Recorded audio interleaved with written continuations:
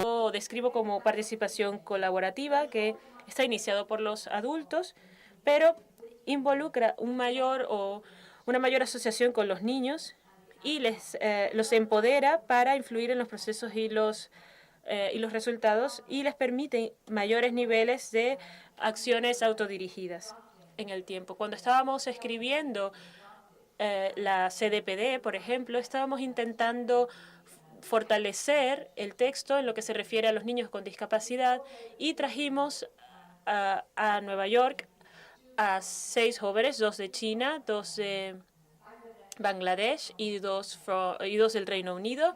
Y estos 6 jóvenes, pues los trajimos aquí a Nueva York y se les dieron 2 días para decidir lo que querían decir al comité ad hoc en las Naciones Unidas. Así que negociamos la oportunidad, hablamos con el presidente del comité para que los niños pudieran hablar, pero luego el contenido y lo que realmente ocurrió estaba en manos de los niños. Entonces ellos decidieron los temas que querían presentar, cómo presentarlos también, quién iba a hablar, cómo lo iban a hablar, en qué orden, por ejemplo. Y luego se organizó también una reunión entre ellos, una comida, para que se pudieran hablar entre ellos. Así que ciertamente era en un ambiente adulto y controlado por los adultos. Ellos fueron capaces de hablar sobre temas que eran importantes para ellos y nos permitió a nosotros en el comité beneficiarnos de esa experiencia. Pero lo más interesante es la participación promovida por los niños. Y hay apenas algunos ejemplos de esta participación promovida por los niños, donde se crea un espacio para que los niños con discapacidad articulen por ellos mismos temas que quieran tocar, lo que quieren hacer y cómo lo quieren hacer. El papel de los adultos en este caso es facilitar y no liderar, y los niños están en control del proceso. Hay iniciativas de este tipo, son muy pocas ciertamente, con las que me he podido cruzar.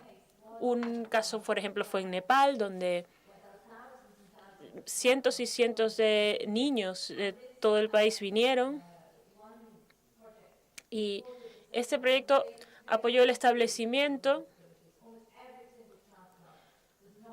Se creó un club de niños, porque allí casi todos se excluyen a los niños con discapacidad. Entonces, bueno, esta ONG creó un espacio, una especie de club de niños para niños con discapacidad, y decidieron que iban a hacer un mapping o un trazado del área para ver dónde estaban los niños con discapacidad, y luego miraron dónde estaban todos los niños y cuáles estaban en una escuela y cuáles no, y localizaron a todos los niños, y entonces se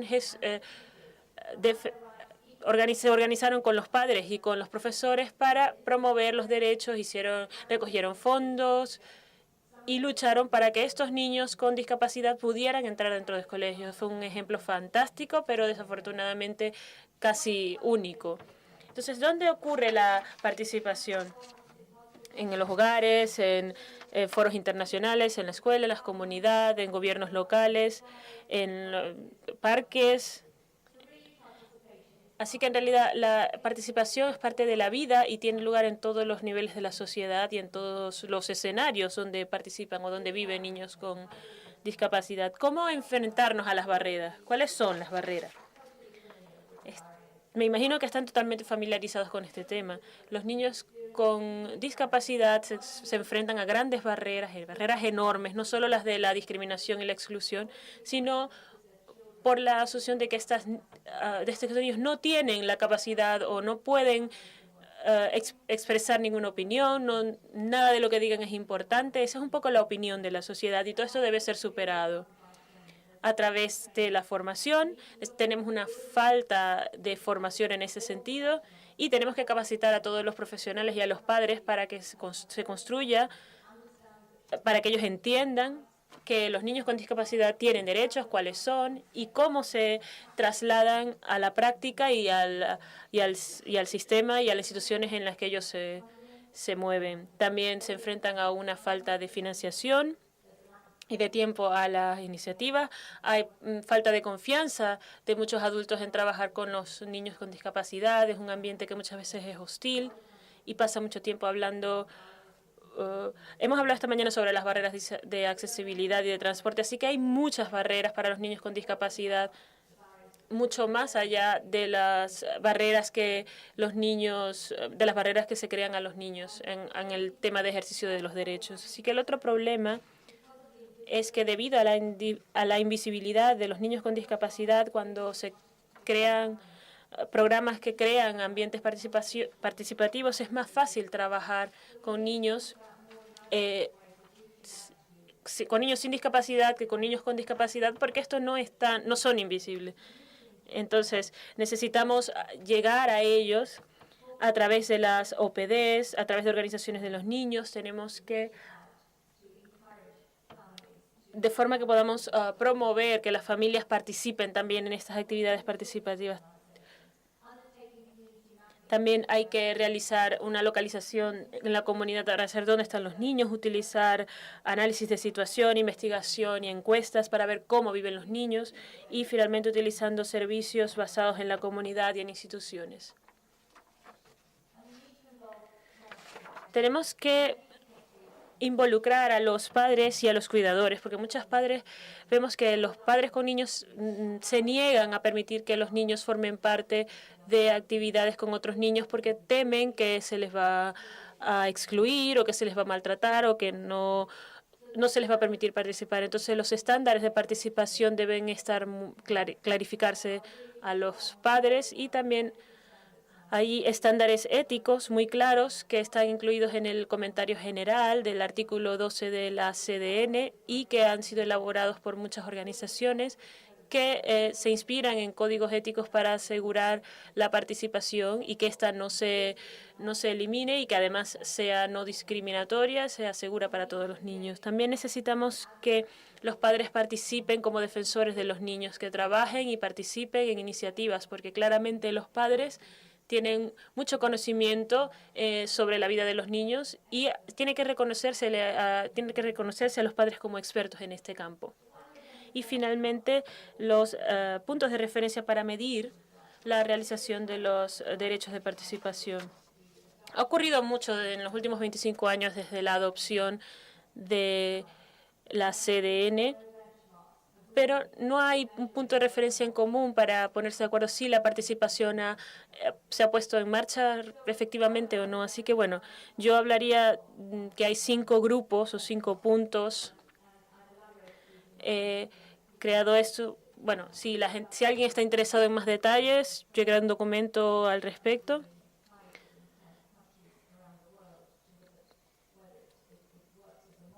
Y se está un poco estudiando si funciona como modelo. Y uno de ellos habla sobre en la introducción de un marco legal y político. Los niños tienen derecho a la participación como un derecho legal, que sea además inclusiva, que se les debe respetar, deben estar integrados dentro de la ley. En temas, por ejemplo, como tratamiento consentido, deben estar en la ley, se deben crear mecanismos para que se puedan alcanzar remedios en el contexto de la validación de los derechos y deben ser accesibles y disponible para niños con discapacidad para que sepan que tienen este derecho y puedan formular las quejas correspondientes.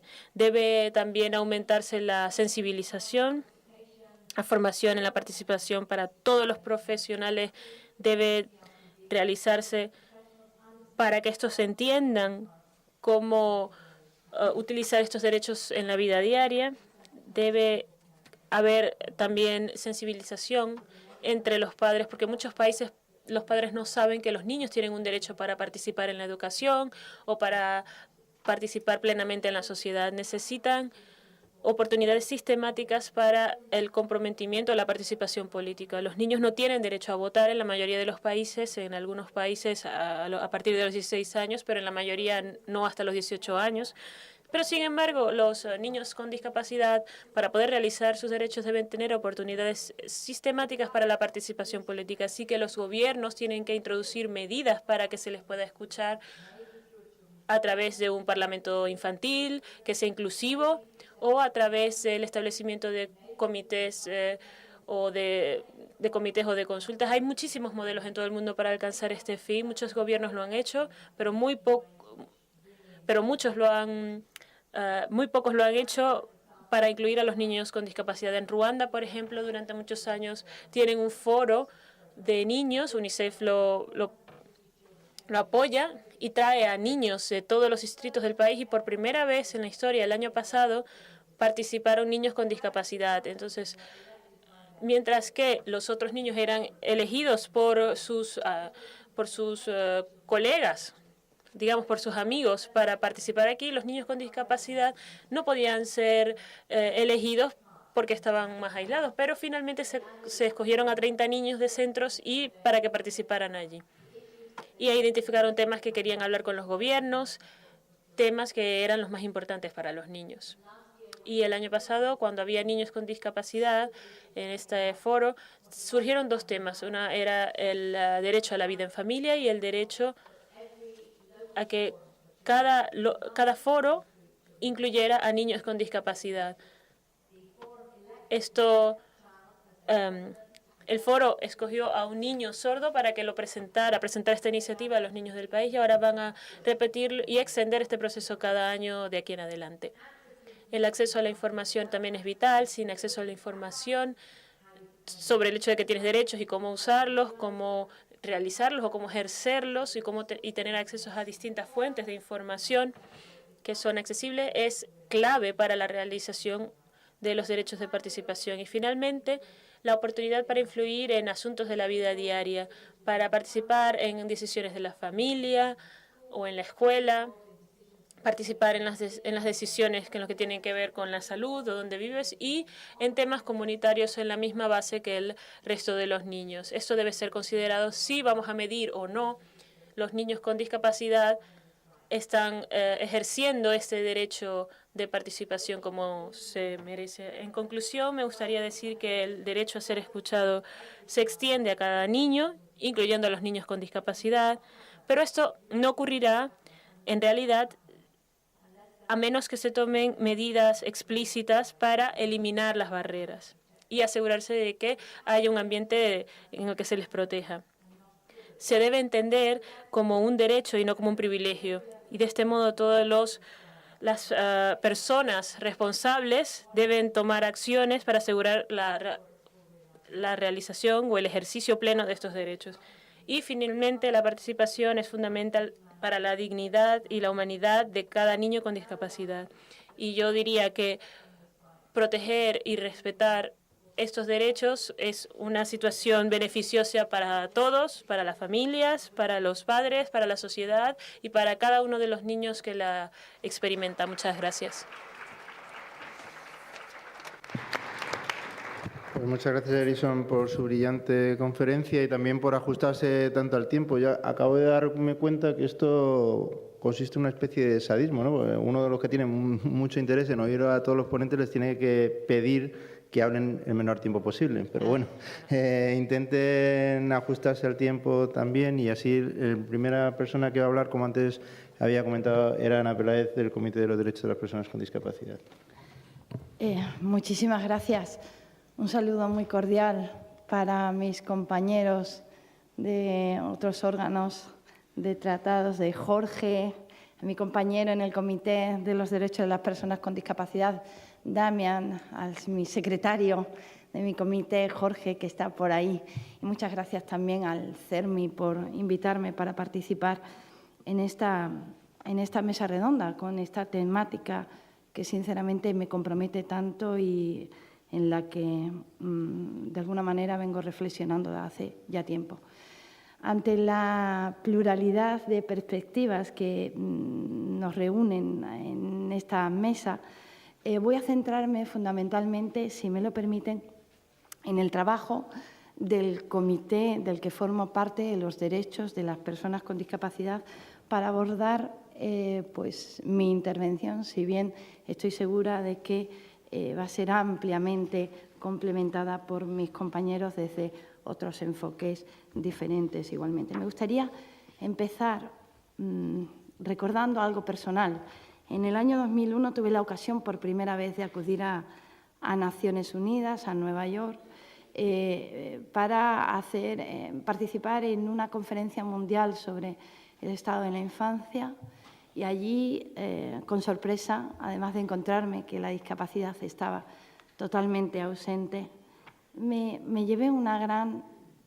emocioné mucho viendo que los niños y las niñas tenían un espacio y participaban directamente, conjuntamente con la participación que hacían los Estados partes de la CRC en relación a los asuntos que les afectaban directamente. Por eso, si ustedes me lo permiten, voy a comenzar esta intervención. Yo que tanto soñé entonces porque esto se llevara también al ámbito de los niños y niñas con discapacidad, voy a comenzar aludiendo y leyendo el apartado tercero, el párrafo tercero del artículo 7 de la Convención de los Derechos de las Personas con Discapacidad, en donde se dice, lo voy a leer comentándoles, en donde se dice que los Estados partes garantizarán que los niños y las niñas con discapacidad tengan derecho a expresar su opinión libremente. La primera alusión, para mí importantísima, es esa distinción entre niños y niñas con discapacidad. Me parece que hablar en genérico no visibiliza la situación distinta que por razón de su género, de su sexo, pueden tener los niños y las niñas, también los niños y niñas con discapacidad. Y dicen, puedan expresar su opinión